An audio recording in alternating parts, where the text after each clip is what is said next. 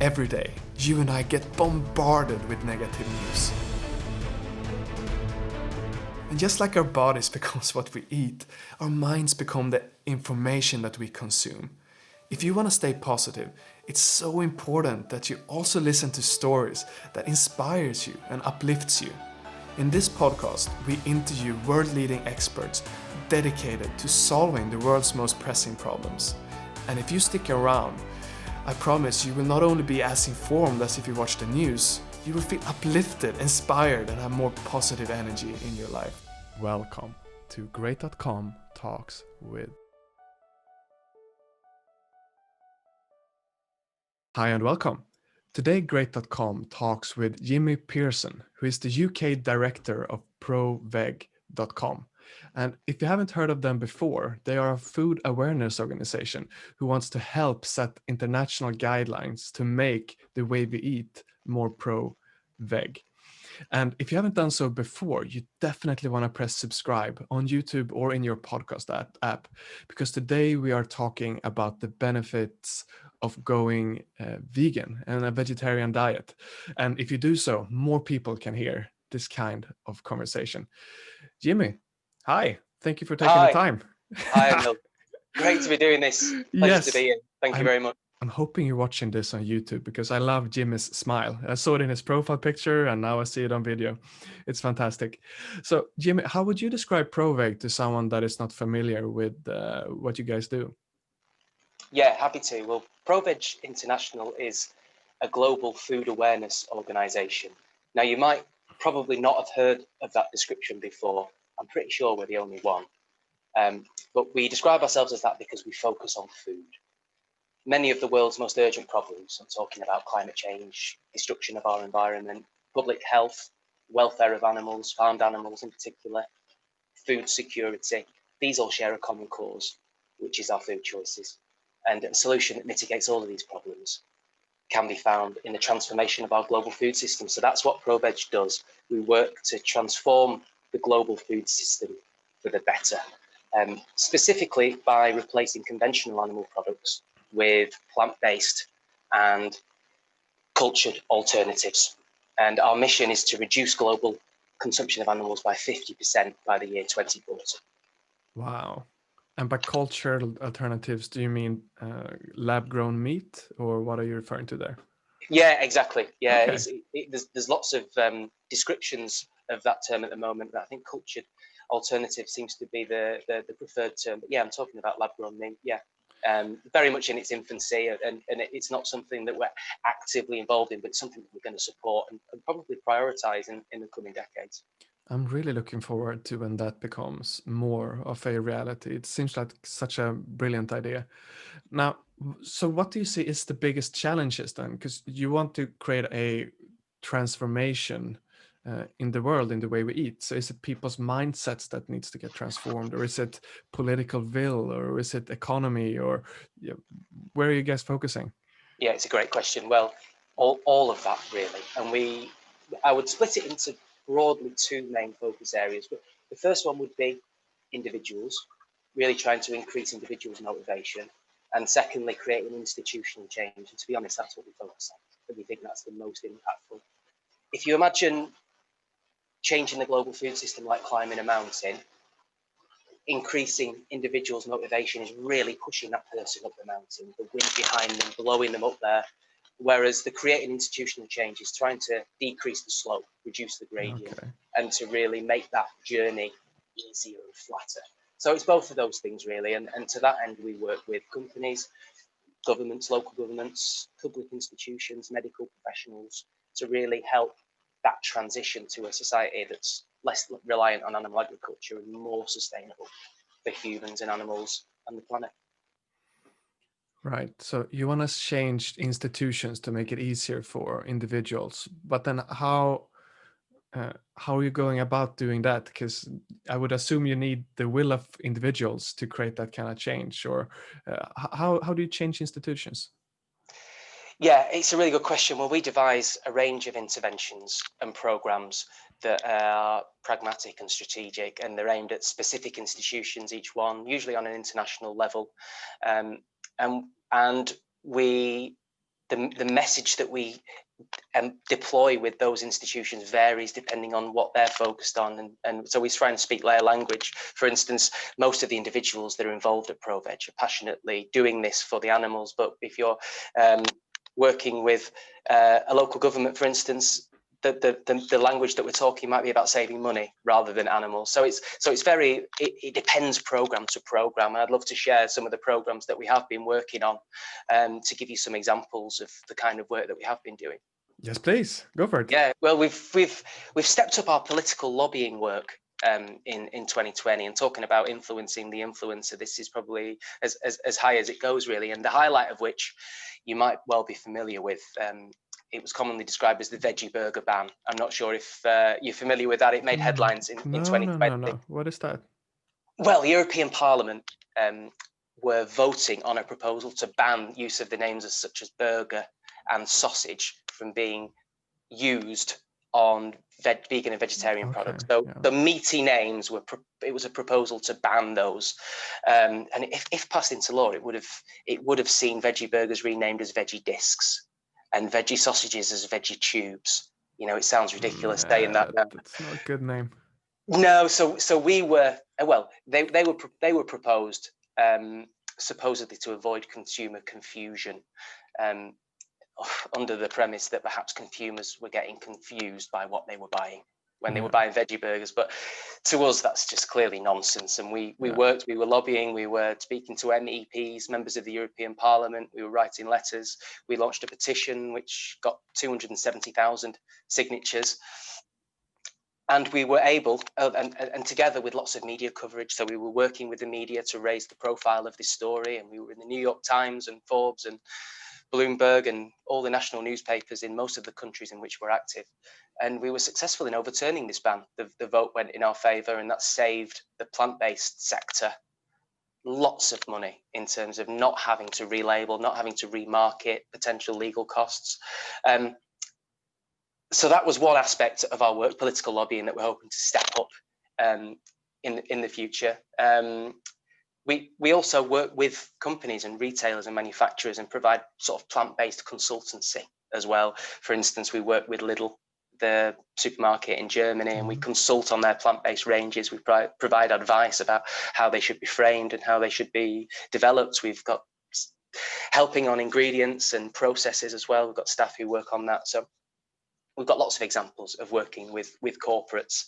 And when we're working with supermarkets, we're obviously just demonstrating the size of the plant-based sector, which is continuing to grow, continuing to take market share.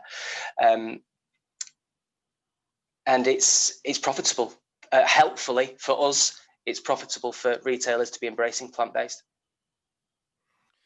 Wow, that work is highly important. I can see how hard it is to sell a veggie tube or a veggie disc to someone that, how it makes it harder for someone to transition from being a meat eater to being veggie curious, at least.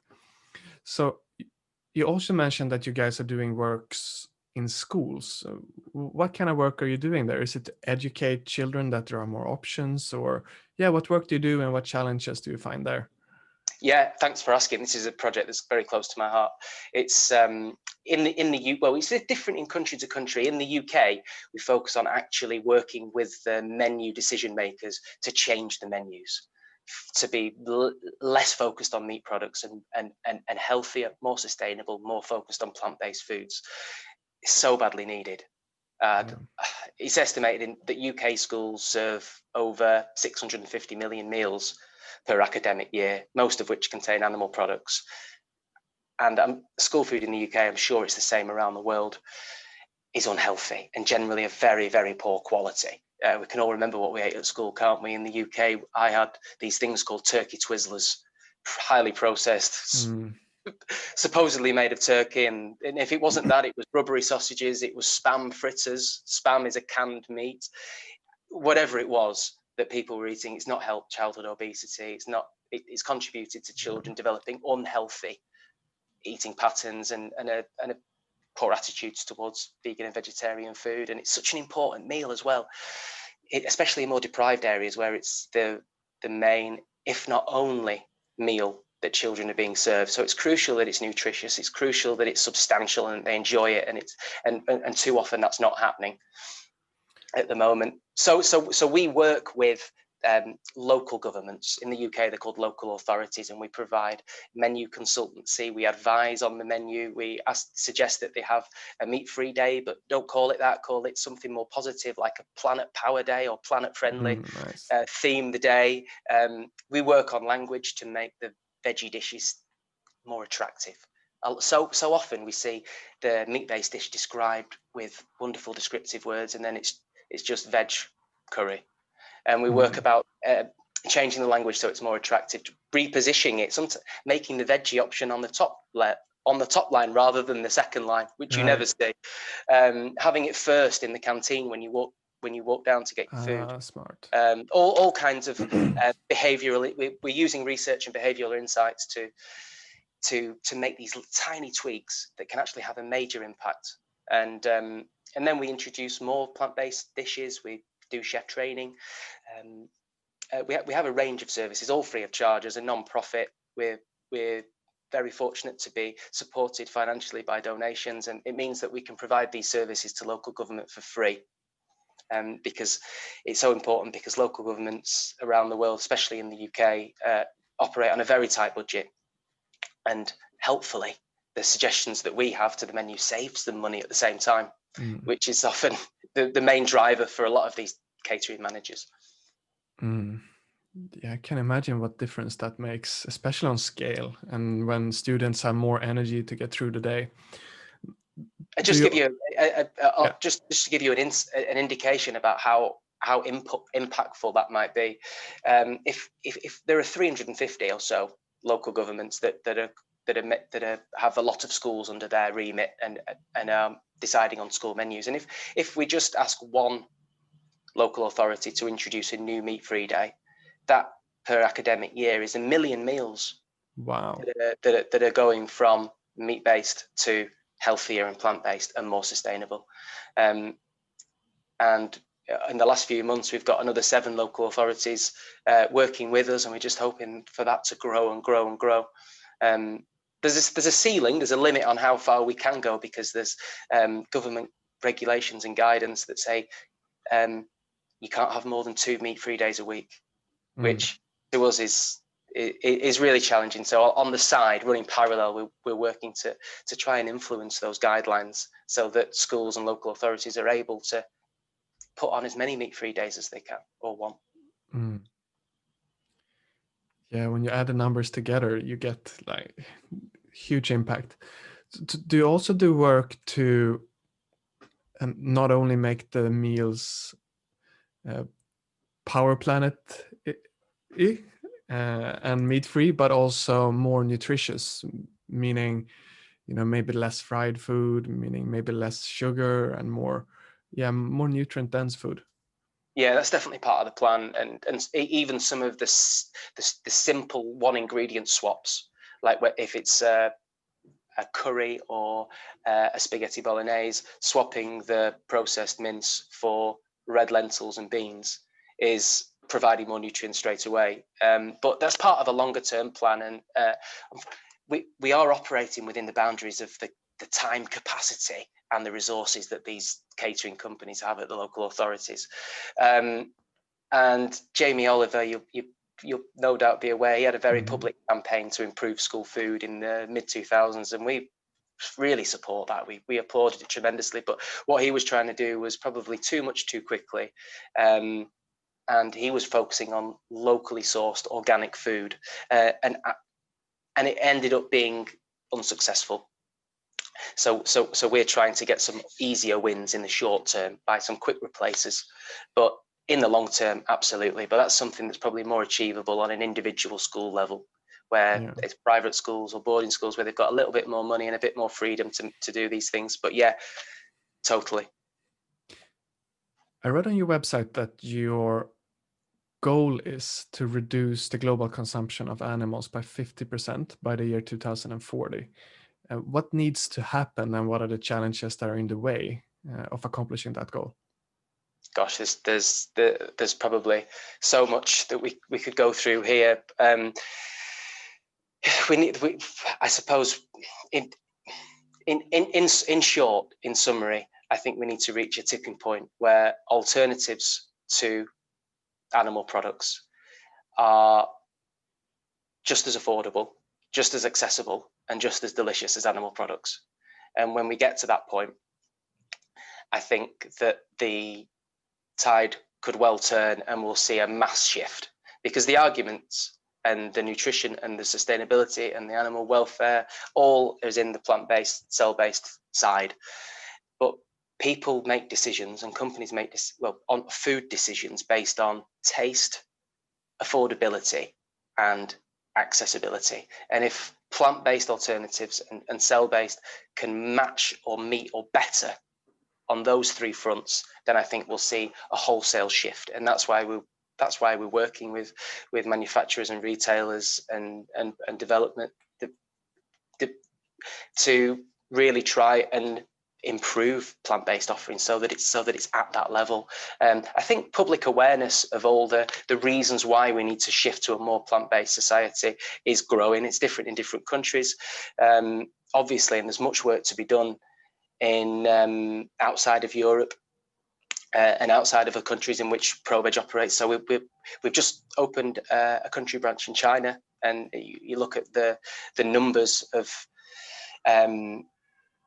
the population and the actual quantities of food being consumed. That's hugely important as well. But I think I think it's the development of the alternatives is the key in this, as I see it, and also I think that once we get to that point and people are actively choosing the alternatives, then I think that government policy and will follow. I think it will follow. I think that will come second rather than first. That's my view. Yeah, that makes sense. So, looking at choice, then the individual listening to this episode, what can they do apart from the obvious of choosing more vegan food? But what can they do to kind of help reach that tipping point, tip the scale, maybe do influence? Where is their leverage? Yeah, that's a good question. I think what's helpful for me when I started to dip my toes into changing my diet was to start understanding why I was doing that and learning about why and how plant-based is better for the environment, why and how it's better for my health, and the impact that it has on animals, and how it can contribute to a fairer, more sustainable food supply. So that was a really important step, I think, for anybody. And once that understanding is more ingrained within you, then it's going to be a more long-term sustainable changing of diet. So I think that's the first thing that individuals can do. And every meal is a vote for this more plant-based future. There are lots of things that people can do, whether it's in addition to what they're eating, it's communicating about these things, it's donating to organizations that are working in this space. It's there's plenty of things people can do, and I encourage everyone to sign up to ProVeg's newsletter and our social media channels to see how they can actively support us and other organizations in this space. Yeah, so we're coming towards the end of the interview now, and I was going to ask how someone can keep up to date with what you guys are doing. But I guess also that you guys are offering some kind of community feeling, right? If someone that is maybe new to this wants to have some kind of interaction, do you guys work in that way? Yeah, actually, we've launched something called the Veggie Challenge, which is an online program whereby people can sign up for free, and they can choose whether to go either full vegan, vegetarian, or just meat reduce, and set the period of time that they want to do it for. And then they will receive from us loads of support, an email every day, advice, guidance, videos to watch, recipes to try, other materials to take in. And then, become part of our community. And there's mentoring that can go on as well. that's a great platform. It's a great stepping stone. I really recommend taking the Veggie Challenge.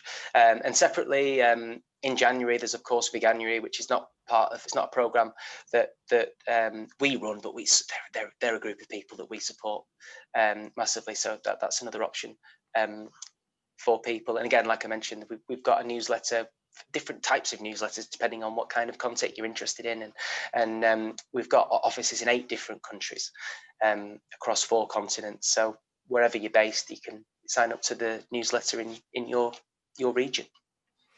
Beautiful. Now, Yemi, thank you so much for taking the time to speak with Great.com today. It's highly appreciated, and you certainly inspired me to enjoy a vegan dinner. Wonderful. I'm glad to hear it. Thanks for inviting me, Emil. It's been a pleasure to chat to you. Thank you for sharing your energy. And for you listening, thank you for staying until the end. And if you like this, if you think vegan awareness is important, press subscribe on YouTube or in your podcast app. That will show the algorithms that this conversation is important, and it will help more people to hear how they can live a more vegan lifestyle. Thank you so much for listening, and we see you in the next episode.